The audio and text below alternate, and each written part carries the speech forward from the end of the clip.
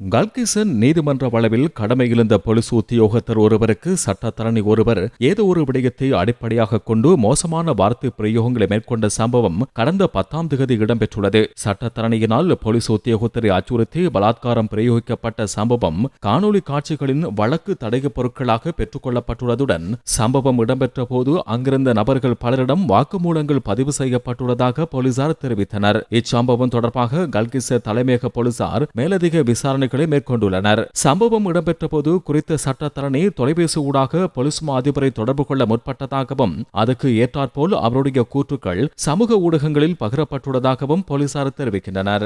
பிரியந்த என்னுடைய ஜூனியர் ஆவார். பிரியந்தவுக்கு சொல்லுங்கள், கல்கிசன் நீதிமன்றத்துக்குள் வைத்து பிரியந்தவுக்கு கூறுங்கள் என்னை தொடர்பு கொள்ளுமாறு அல்லது பிரியந்தவின் இலக்கத்தை வழங்குமாறு என அந்த ஒலிநாடாவில் குறிப்பிடப்பட்டுள்ளது.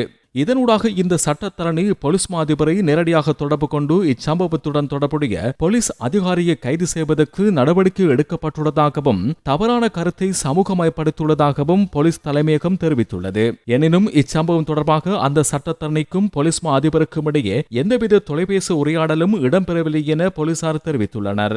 கல்கிச நீதிமன்ற வளவில் இடம்பெற்ற சம்பவம் தொடர்பாக போலீஸ் அதிபருக்கு தகவல் கிடைத்ததன் பின்னர் கல்கிச பிரிவு சிரேஷ்ட போலீஸ் அத்தியட்சகருக்கும் கல்கிச தலைமையக போலீஸ் இன்ஸ்பெக்டருக்கும் சம்பவம் தொடர்பாக உரிய விசாரணைகளை மேற்கொள்ளுமாறு உத்தரவிட்டுள்ளார்.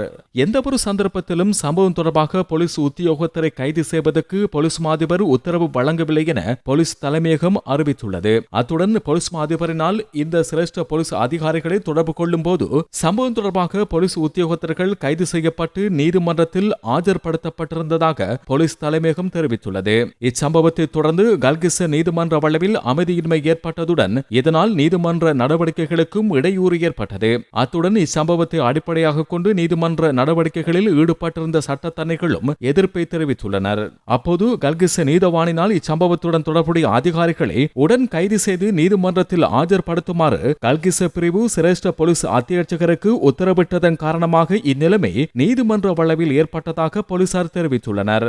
கல்கிச நீதிமன்ற வளவில் இடம்பெற்ற இச்சம்பவம் தொடர்பாக போலீசார் செயற்பட்ட விதம் குறித்து போலீஸ் விசாரணை ஒன்றை நடத்துவதற்கு போலீஸ் அதிபரின் உத்தரவின் பேரில் போலீஸ் விசேட விசாரணை பிரிவு விசாரணைகளை ஆரம்பித்துள்ளது. இதே நேரம் கல்கிச தலைமையக போலீஸ் இன்ஸ்பெக்டர் HTM துஷாரவுக்கு உடன் அமலுக்கு வரும் வகையில் இடமாற்றம் வழங்கப்பட்டுள்ளது. பதில் போலீஸ் ஊடக பேச்சாளரும் பிரதி போலீஸ் அத்தியட்சகருமான பினூர சேனாரத்ன தகவல் தருகையில் அவர் அப்பதவியிலிருந்து மருத்துவ சேவை பிரிவுக்கு சாதாரண கடமைகளில் இணைக்கப்பட்டுள்ளதாக தெரிவித்தார். கல்கிச நீதிமன்ற வளவில் இடம்பெற்ற சம்பவத்துடன் தொடர்புடைய போலீஸ் உத்தியோகத்தர் சம்பவம் இடம்பெற்ற போது கைது செய்யப்பட்டு நீதிமன்றத்தில் ஆஜர்படுத்தப்பட்டதன் பின்னர் இன்று வரை விளக்குமறியலில் வைக்கப்பட்டார். இதன் அடிப்படையில் குறித்த போலீஸ் உத்தியோகத்தர் இன்றைய தினம் கல்கிச நீதவான் நீதிமன்றத்தில் ஆஜர்படுத்தப்பட்டு பிணையில் விடுதலை செய்யப்பட்டார். 1 லட்சம் ரூபாய் பெறுமதியான 2 சரீர பிணைகளில் அவரை விடுதலை செய்ய நீதிமன்றம் உத்தரவிட்டது.